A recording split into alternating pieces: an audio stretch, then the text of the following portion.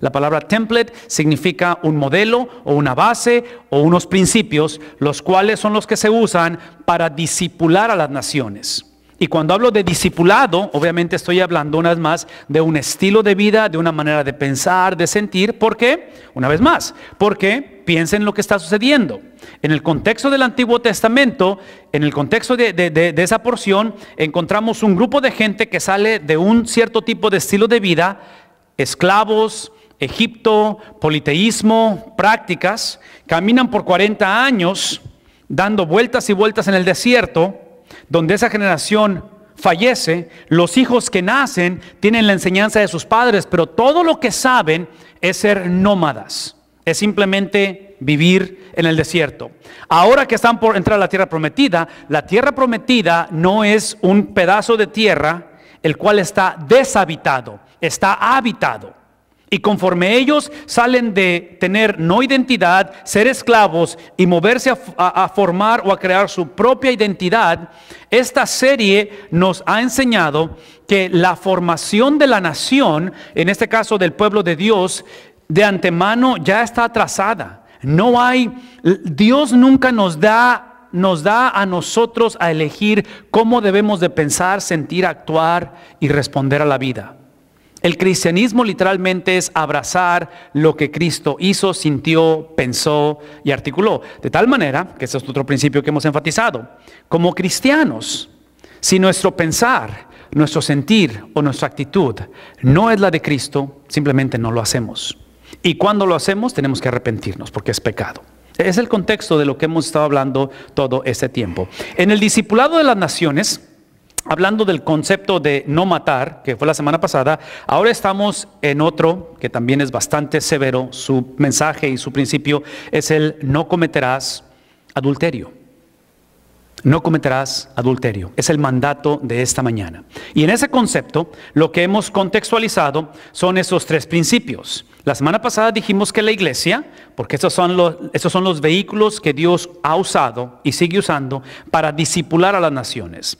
La iglesia le fue dada las llaves del reino, Mateo capítulo 16. Y la iglesia tiene la habilidad y el mandato de compartir el evangelio, y cuando el reino de Dios se hace presente es para disipar, es para quitar un reino existente, que es el reino de las tinieblas. Entonces las llaves del reino es para transicionar el corazón, la vida, las naciones de un reino gobernado por el príncipe del aire, su nombre es Satanás, que no creo que tengo que ilustrarlo, porque hace algunos domingos en First Baptist Church de Sutherland Springs, en el área de San Antonio, entró una persona gobernada por ese reino de maldad y entra a la iglesia y ejecuta ¿a cuántas personas? No 26, 27 porque hay un bebé no nacido, ¿recuerdan? Que no es nada más tejido lo que estaba dentro de la mamá. Entonces mató a 27 personas. Entonces ese reino de maldad tiene que ser sustituido y gobernado por el reino de justicia. Y la iglesia recibe las llaves, Mateo capítulo 16, donde la iglesia tiene las llaves de ese reino, que es el evangelio. Que para nosotros el evangelio no es simplemente doctrinas, no es simplemente principios, no es simplemente una conducta, es una persona. El evangelio es Cristo. ¿Sí captamos eso? Obviamente es doctrina, obviamente involucra conducta, involucra lo que creemos, pero el evangelio es una persona. Entonces tenemos las llaves del reino. El gobierno o el Estado le fue dado, basado en la semana pasada, la espada. La palabra en inglés es la palabra law enforcement. Y yo ilustraba la semana pasada que es una bendición que nuestra hija esté en la universidad, 10 horas de nosotros de distancia manejando. Y una de las bendiciones es que si mi hija en algún momento lo necesitara, ella puede tomar su celular y marcar. ¿Qué marcamos cuando estamos en una emergencia? 911. Ese es parte del propósito de por qué el gobierno existe, porque la cuestión de enforzar la justicia o la protección de la vida del ser humano. Entonces al gobierno se le fue dada la espada. Esas dos entidades, si vamos a la familia, incluyendo la última que es la familia, o cada una de ellas existen creadas por Dios, para Dios y para expander o promover su reino en la tierra. ¿Qué implica ello? Que cada una de ellas, esto es por explicar a la familia, cada una de ellas cuando se mueven de su creador cuando se mueven del principio o del template de lo que Dios diseñó, es cuando quien sufre es la calidad o la existencia de la vida del ser humano. Si ustedes se ponen a pensar, la creación del ser humano, que para allá vamos con respecto al adulterio, la creación del ser humano y la razón por qué la vida es extremadamente importante, aparte de que el ser humano fue creado a imagen de Dios, piensen en esto. Cada ser humano que es traído a este mundo, por eso estamos en contra del aborto y por eso estamos a favor de que las familias tengan hijos, muchos hijos, ¿ok? Es porque cada ser humano que traemos al mundo es la imagen del Dios invisible. En otras palabras, no es simplemente de que los niños cuestan mucho dinero, lo cual sí cuestan. No es que son una interrupción para nuestros trabajos, lo cual obviamente incluye ciertos ajustes. Y una cosa que yo le digo a las parejas, sobre todo cuando se andan casando o se acaban de casar, es que el matrimonio, lo que es el matrimonio es simplemente un peregrinar de puros ajustes. Es simplemente ajustarse. Porque pasamos de una etapa a otra etapa, a otra etapa, y toda la vida nos vamos a ajustar. E inclusive el divorcio es el producto de no querer ajustarse. ¿No es cierto? Es amacharse a mi manera de pensar, de sentir, y no me ajusto a la otra persona. Entonces, en este caso, hablando de por qué existe y para qué existe, una vez más, vemos que fueron creados por Dios, para Dios, y esto es como Dios disipula las naciones. Esto es como Dios toma las naciones, y pensemos en México, pensemos en Nicaragua, pensemos en Argentina, pensemos en nuestras naciones, y el propósito no es, por favor escuchen, el propósito no es que simplemente este montón de gente que hay sobre la tierra eventualmente se muera y vaya al cielo. Porque pónganse a pensar, los que salen de Egipto, el propósito no era que entraran a la tierra prometida, era importante que entraran a la tierra prometida, pero el propósito es que al entrar a la tierra prometida, promovieran o divulgaran la fama del Dios que adoran. ¿Sí ven la diferencia? Entonces la tierra prometida nada más era un vehículo para que al final la gloria de Dios fuera desplegada en la tierra.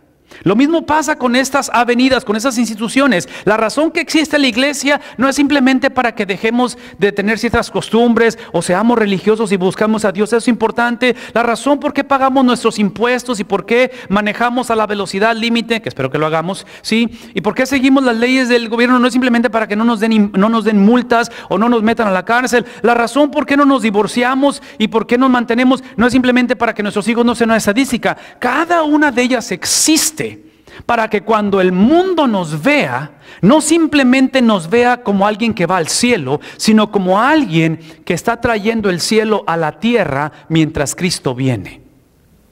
Que en el mundo en el cual es gobernado temporalmente por el príncipe del aire que es Satanás, la iglesia, el gobierno y la familia sean los vehículos que Dios está usando para redención. Eso implica, escuchen esto, eso implica que como cristianos tenemos que aprender el principio de Jesús.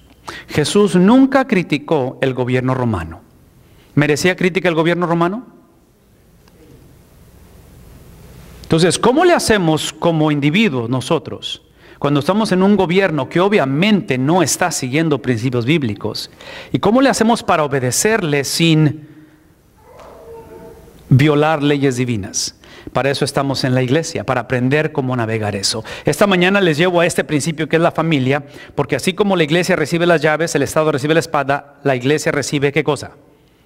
El pacto. Y el pacto lo que significa simplemente, eso es lo que significa, que el pacto en el cual Dios escoge a Abraham, hace un pacto con él, el cual a través de ese pacto le promete que su esposa que estaba estéril y avanzada de edad traería a un bebé, el cual Abraham va a violar, porque lo primero que hace es que va y se acuesta con la sierva de su esposa llamada Agar, y él quiere ejercer el pacto de acuerdo a lo que él piensa.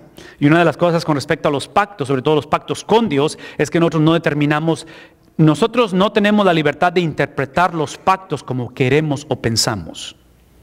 Un pacto es inmovible, Y también es indestructible, no porque sea santo, sacro, es porque Dios lo crea, Dios lo inicia. Y en el caso de Abraham, cuando hace ese pacto con él, en el capítulo 15 de Génesis, es que cuando está el sacrificio hecho y la sangre está siendo derramada, Abraham no camina por en medio de la sangre, es Dios quien camina. ¿Por qué? Porque el pacto con Dios, los pactos con Dios se cumplen no porque nosotros tenemos la habilidad de mantener la parte de nuestro contrato. Se cumplen porque Dios es fiel. Esa es la razón. Esa es la única razón, no es por nosotros. Entonces, en ese contexto encontramos a la familia que recibe el pacto de Dios. En el pacto de Dios lo que vamos a encontrar, y esa es la razón que tenemos que hablar de esto con respecto al adulterio, es que el pacto es el contexto donde este discipulado se lleva a cabo. E inclusive por eso creemos y vemos en la Biblia que, así como dije hace un momento, la sangre es involucrada en todo pacto. Para nosotros el pacto supremo o el cumplimiento del pacto es el sacrificio de Cristo en la cruz, que involucró ¿qué cosa? ¿Qué derramó Cristo en la cruz? Sangre. En la cuestión del adulterio, el contexto en el cual estamos hablando es el contexto de la Biblia de Jesús. La Biblia de Jesús es el Antiguo Testamento. Y la Biblia claramente en el Antiguo Testamento habla acerca de que el adulterio son relaciones de pacto, no solamente sexuales, pero de pacto, porque típicamente relaciones sexuales involucran sangre.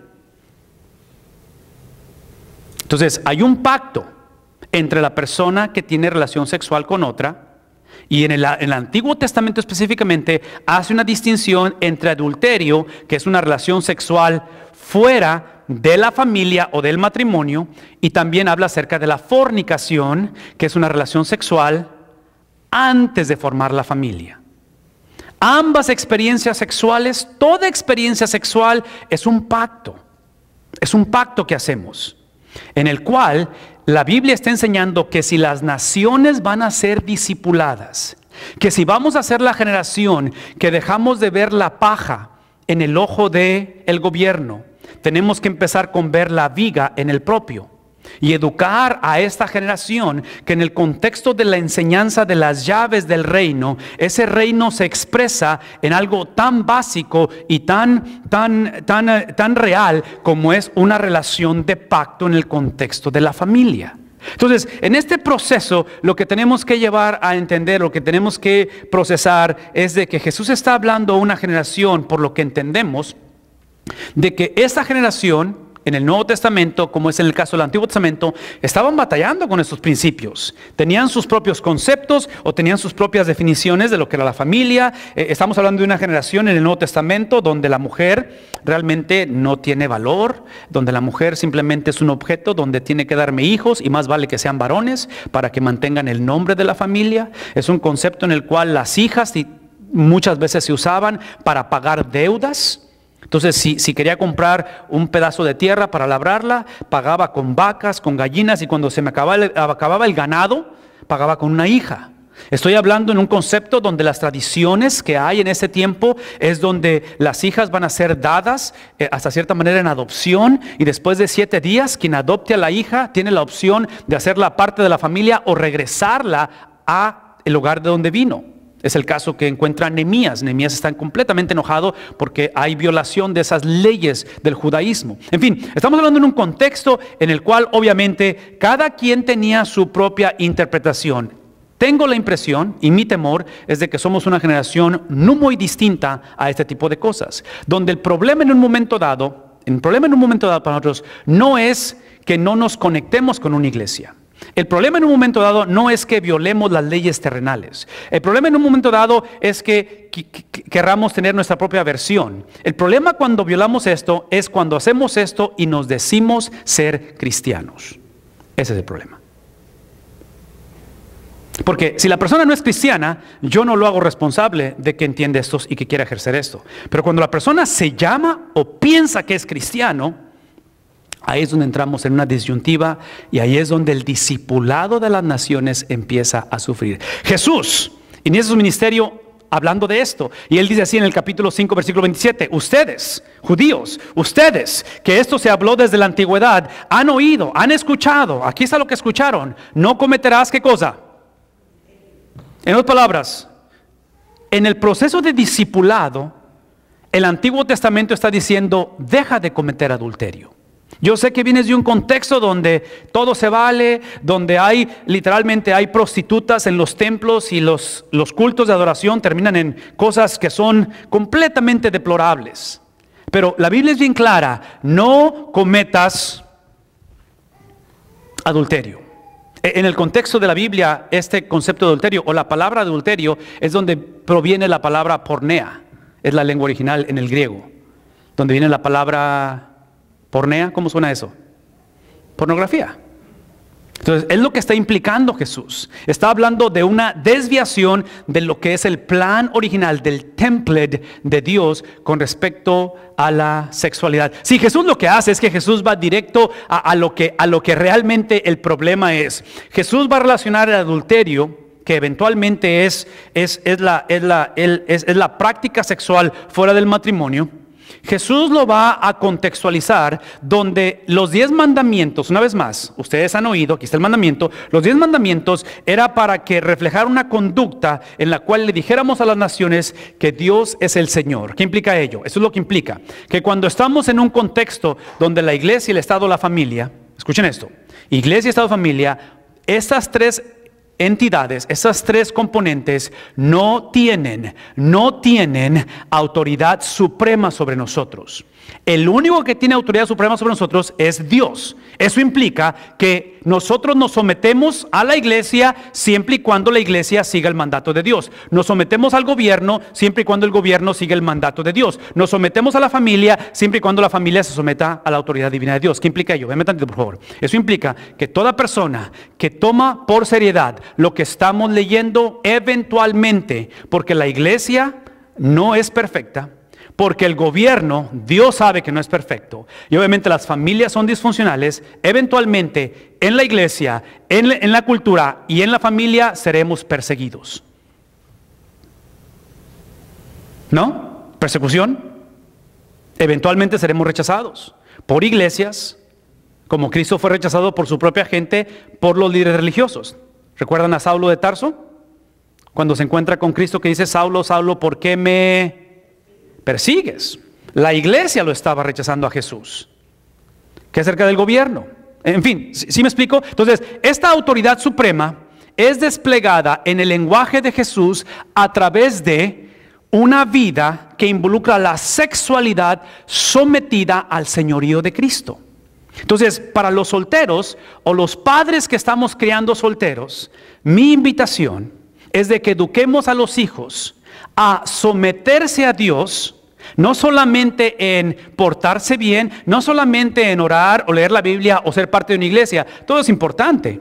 Pero al parecer, esta cuestión del adulterio, para cuando se forma o se ejecuta de una manera sexual, fue el producto de un adulterio espiritual. Fue el producto de una fornicación espiritual, donde todo aquello que toma supremacía de la persona de Dios, todo aquello que se interpone a la soberanía de Dios, es aquello que es idolatría, que es adulterio. Y es por eso que Jesús lo que nos invita a que pensemos es que el problema no es tanto la cuestión de la sexualidad, no es tanto la inclinación, o en este caso, en la cultura en que vivimos, no es tanto la preferencia personal que tengo sexualmente, como varón si me atraen los varones, o como dama que me atraigan las damas. Ese no es el problema, porque yo puedo respetar que seamos honestos y que la persona siente inclinación por otra persona. No lo apruebo, pero lo puedo respetar. Pero el problema no es que la cultura dice que está mal hombre con hombre y mujer con mujer. El problema, como lo es en la fornicación, como es en el adulterio, de yo tener relación sexual con otra mujer que no sea mi esposa, o como soltero, estar teniendo relación con otras personas con las que no me he casado. El problema es el señorío de Cristo en el corazón del hombre. Ese es el problema, dice Jesús. Porque ustedes lo han escuchado anteriormente, dice Jesús, pero es ahora que yo estoy por mostrarles que el problema es adulterar en el corazón. Y el remedio a un corazón adúltero no es un corazón que simplemente se consagra a Dios. Por favor, escuchen esto.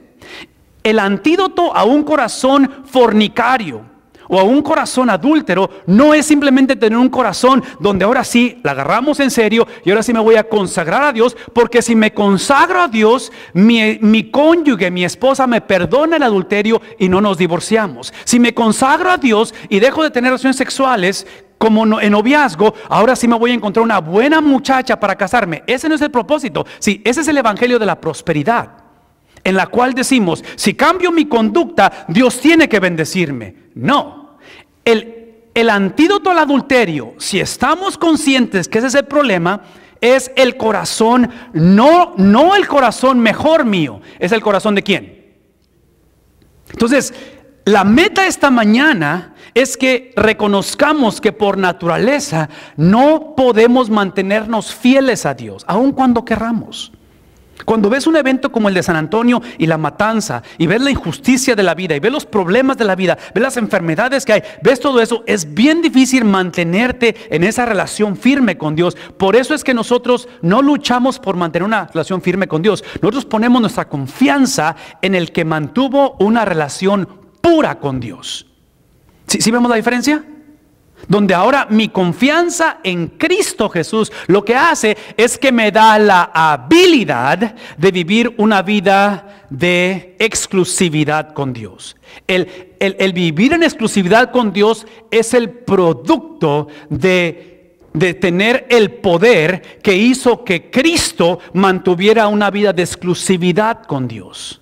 A diferencia de simplemente ver a Cristo como la persona que me da la habilidad de que cuando muera no vaya al infierno, y cuando muramos, ¿a dónde vamos a ir? Ese no es el propósito de Cristo, de simplemente decir, oh, la persona fue al cielo. Está bien que vayan al cielo y quiero que vayamos al cielo y ojalá todos vayamos al cielo. La pregunta es, ¿estamos discipulando a las naciones en la manera en que nuestro corazón está viviendo delante de Dios? Esa es la pregunta. En ese contexto Jesús dice, pero yo les digo, esto es lo que han escuchado ustedes, pero yo les digo, basado en el hecho de que esta mañana espero que vean la respuesta no a un mejor corazón, pero mi corazón en ustedes, yo les digo que cualquiera que trata de simplemente mejorar su corazón en lugar de adoptar mi corazón, es el que va a terminar mirando a una mujer y ¿qué es lo que va a hacer? Simplemente va a codiciarla. Y el codiciarla, el querer tomar algo que no le posee, y sobre todo esto, el entender que esa mujer que tomas, y especialmente solteros, escúchame tantito, como soltero, cuando tú te relacionas sexualmente con alguien antes de casarte, literalmente estás violando, estás abusando y estás creando un pacto en el cual Dios no aprueba, pero sobre todo estás abusando la hija de alguien. Y para los que tenemos hijas, una cosa sabemos como padres: nadie toca a nuestras hijas. Papás, ¿no es cierto eso? Nadie las toca, nadie. Y si el muchachito quiere a la hija, va a tener que ponerle un anillo en el dedo. Y podemos platicar del asunto. En otras palabras, muchas veces la mentira es creer que a nadie le hacemos daño, pero literalmente es una hija de alguien, la persona con la cual estamos haciendo esto. Entonces Jesús dice, hey, todo aquel que simplemente quiera mejorar su condición, pero no adoptar mi corazón, es la persona que terminará mirando, codiciando y literalmente creando un pacto que no va a ser un pacto conmigo, implica que es adulterio o fornicación, y literalmente lo va a hacer ¿en dónde? Lo va a hacer en un corazón mejorado. Y el punto aquí no es un corazón mejorado o un matrimonio mejorado o una actitud mejorada. ¿Qué es el punto? Aquí el punto es el corazón de ¿quién? No la mejor versión de lo que yo quiero. Mi esposa no necesita un mejor esposo. Mis hijos solteros, ustedes no necesitan un mejor cristiano o una mejor muchacha con la que anduvieron anteriormente. Necesitan una persona que literalmente dé evidencias que su corazón es el de Cristo puesto en ellos. A eso le llamamos el proceso de regeneración.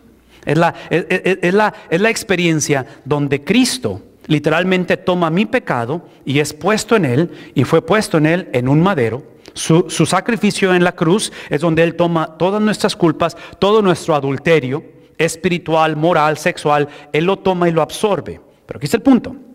Ya que lo absorbió, ahora Él lo que hace es que Él pone su corazón en mí, porque ahora, así como yo le entregué todo mi adulterio, Él nos entrega toda su justicia. Entonces la salvación es el producto de este intercambio que sucede mutuamente. De tal manera que dice Él, cuando esto sucede, es cuando estamos más conscientes, escuchen esto, es cuando estamos más conscientes de la realidad de nuestros alrededores. Por eso dice Él, es que ahora yo les digo que esto es inevitable para alguien que nada más trata de mejorar su condición, y es por eso que necesitamos que los pensamientos, lo que viene siendo el motor de arranque o las razones o el impulso o las acciones no sean simplemente mejores pensamientos y dejes de pensar en esa experiencia, dejes de tener motivos por cuál lo haces o eventualmente lo ejecutes. Lo que está diciendo Jesús es que la meta para contrarrestar el adulterio en el corazón o el adulterio en la sexualidad son los pensamientos, no los míos, ¿los de quién? ¿Pensamientos de quién? De Cristo. En inglés la palabra es motives, el motor de arranque. ¿De quién? No los míos, el de Cristo. Y eventualmente las acciones, no las mías, las de... Entonces, padres de familia, véanme tantito. El propósito de discipular a las naciones a través de la familia es enseñarle a los hijos cuáles son los pensamientos de Cristo, cuáles son las razones o los motivos de Cristo y cuáles son las acciones de Cristo. De tal manera que cuando mis hijos aprenden esto, cuando se trata de escoger a un novio o a una novia, el que sientan atracción física por ellos, que es importante, no es la meta, es nada más la base. Yo no tengo nada de malo que tengan atracción por alguien del sexo opuesto, obviamente, pero ahora esa atracción física es evaluada y controlada. Esas emociones, si la persona piensa como Cristo, si ella tiene ese sentir o motores de arranque como Cristo y acciones como Cristo. Si nuestros hijos no conocen los pensamientos de Cristo, las acciones de Cristo, es obvio que nada más mientras le guste la persona, esa es la razón por la cual se va a casar. ¿Sí ven el problema? Y el problema no es que van a terminar en divorcio, Dios permita que no se divorcien, pero el problema es que pasan de vivir a simplemente existir. El problema pasa de que simplemente van a ir al cielo en lugar de discipular a las naciones para Cristo. Y ahí es donde Jesús termina la conversación diciendo esto. Es por eso que espero que esté cayendo el 20, espero que realmente esto tenga sentido, espero que se den cuenta que no necesitamos nada más jóvenes que se consagren a Dios, necesitamos jóvenes solteros que piensen, sienten y actúen como el consagrado de Dios, como el santo de Israel. ¿Sí se ven la diferencia? Es lo que necesitamos. Por lo tanto, si tu ojo, vean la expresión del evangelio en su totalidad. Esto es lo que sucede cuando esa experiencia se lleva a cabo. Eso es lo que sucede. Por lo tanto, y aquí la implicación no es si sucede, pero cuándo suceda. En otras palabras, el yo adoptar la mente, las acciones, el sentir de Cristo, no implica que todo se mueve a perfección y que no hay tentación. Lo único que implica es que la estrategia de lidiar con la tentación ahora es la de Cristo, no la que yo pienso que debo de hacer. Una vez más, porque Cristo fue tentado, ¿no es cierto? Cristo viene de 40 días de ser tentado antes de empezar su ministerio terrenal. La pregunta es, ¿cómo es que Cristo navegó la tentación? Esa es la pregunta. Porque mis hijos y nuestros hijos van a ser solteros y casados. ¿Casados somos tentados? Todo el tiempo. Entonces aquí es el punto. ¿Cómo navegamos esto? Así lo navegamos. Dice, ¿cuándo? No sí, pero cuando tu ojo derecho te mueve hacia la tentación, ¿qué es lo que hacemos? Lo sacamos, lo tiramos, porque más vale que perdamos una sola parte de nuestro cuerpo a no ser, ¿qué cosa? ¿Ven la seriedad de esto que estamos hablando? ¿Ven que esto es algo literalmente entre vida y muerte? Las acciones que tomemos esta mañana van a determinar que los hijos y nietos no nacidos todavía conozcan del evangelio o nunca sepan de Cristo. Así de radical es este mensaje. La razón que nosotros hoy en día conocemos del evangelio es porque hubo hombres y mujeres que tomaron esto con la seriedad de vida, de tal manera que el evangelio eventualmente penetró la cultura. ¿Sí ven lo que está sucediendo? En lugar de simplemente decir, bueno, estamos orando por los hijos y ojalá un día funcione esto. No. Estamos hablando de decisiones radicales, de tal manera que él dice, ¿cuándo? Lo que tienes que hacer es literalmente salirte. Y lo que he aprendido, esto es lo que he aprendido a través del tiempo. Esto es lo que he aprendido. Versículo 30. Una vez más, ¿cuándo? No sí, pero cuando tu mano derecha te hace pecar, cuando llegas a ese punto en el cual estás en esa encrucijada, literalmente dice, córtala, arrójala, porque te conviene más perder una parte de tu cuerpo en lugar de que ¿qué? En lugar de que tú termines el infierno, tus hijos van al infierno y literalmente, ¿por qué? Véanme tantito. El contexto es adulterio, porque la relación sexual con alguien fuera del matrimonio o antes fuera del matrimonio es literalmente para hacerme uno con la persona. Entonces, si yo me hago uno con alguien más que no es Cristo, hay un problema, ¿no es cierto?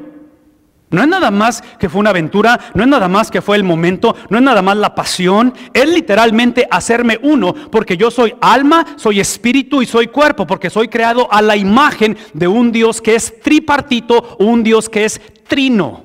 ¿Todos conmigo? Yo sé que el lenguaje es un poquito medio complicadón, pero el punto de la historia es que aquí no hay neutralidad. O nos consagramos al Dios de la Biblia a través del Cristo que se consagró, o literalmente nos consagramos a hacer algo de lo cual, lo que he aprendido con mis hermanos de Reynosa es que hay allá en aquel tiempo, en aquellos años, había, o no sé si todavía hay, pero hay un canal de televisión que les dice qué tan larga es la cola en el puente para cruzar. ¿Todavía existe eso?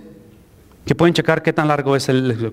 Pero ahora, por la situación, ahora hay medios sociales que te dicen qué tanto peligro hay en ciertas colonias o donde hay actividad, donde hay riesgos de tu vida, crimen organizado y cosas por el estilo. ¿Verdad? Entonces, constantemente cuando salen de la casa hay que checar todo eso. De tal manera que el día de ayer, platicando a través del evento del Fall Festival, platicando con familias de Reynosa, me estaban diciendo, estamos en el punto donde literalmente vamos a salir de Reynosa. Tenemos que salir, no sabemos para dónde, no sabemos cómo, pero ya llegamos, ya tomamos la decisión, cosa que no queríamos tomar, era salir de Reynosa. ¿Por qué? Porque esa es la razón. Porque cuando están en riesgo, la gente toma decisiones donde los lleve a algo seguro. ¿Por qué? Es que en contexto de la seguridad, en este caso crimen organizado, tiene sentido hacer eso y no en la cuestión sexual. Eso es lo que no registra en mi mente. Cuando vemos cosas obvias y decimos, ok, hay balacera en esa colonia, seríamos necios y tontos y no valoraríamos nuestra vida el ponernos en medio de una balacera en Reynosa. ¿No? Hacemos lo opuesto, nos vamos en dirección opuesta. ¿Por qué en cuestión de la sexualidad? ¿Por qué no vemos el mismo principio?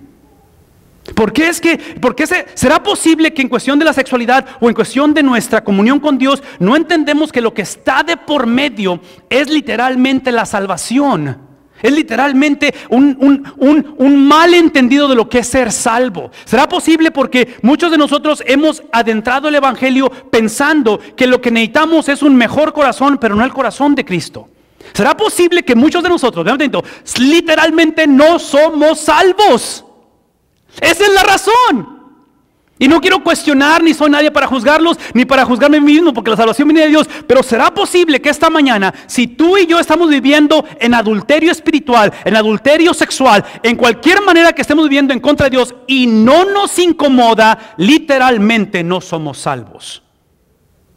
Porque el cristiano aparentemente no es aquel que evade o que desaparece la posibilidad de pecar. El cristiano tiene la habilidad, así como en Reynosa, de checar Facebook y decir, no te vayas por ahí. Esa es la habilidad del cristiano. Ese es el poder del Espíritu Santo. Porque al final me doy cuenta que el infierno simplemente es el lugar donde está la presencia de Dios en todo su poder, el cual no le tememos a Dios, y en ese lugar llamado infierno no hay un mediador, no hay quien nos defienda o nos proteja del poder de Dios. Y si no le tememos en la tierra, no le vamos a temer en la eternidad. Muchas veces pensamos que el infierno es simplemente un castigo eterno. El castigo eterno es encarar la justicia de Dios sin un mediador. El mediador esta mañana, su nombre es Cristo. Cristo absorbió la culpa o la ira de Dios por nosotros. De tal manera que esta mañana tenemos la habilidad de ser liberados, de ser completamente embestidos, no por un corazón mejor, pero por el corazón de Cristo. Toda persona que eventualmente termina aquí, venme tantito, que termina aquí es porque se comprometió en pecar. Nadie termina aquí por accidente. Seguir a Cristo es comprometernos exactamente en dirección opuesta. Seguir a Cristo es comprometernos a que no me conformo a una mejor versión de mí. E inclusive esta mañana, una evidencia de que Cristo no nos ha transformado es cuando constantemente estamos excusándonos a nosotros mismos. Y cuando salimos de pleito con alguien, sacamos en defensa lo que yo soy, lo que yo hago, lo que yo no he hecho. E inclusive alegamos y decimos, hey, yo no he adulterado, yo te amo, yo no he hecho, ¿sí me explico? Yo no te he golpeado, mujer, ¿por qué te quejas? Es así como que, en otras palabras, la única defensa que tenemos como cristianos es la persona de Cristo. El único derecho que yo tengo es el de servir, es el de ceder, es el de ser embestido por la presencia de Dios y literalmente poner todo a los pies de Jesús. Oren conmigo.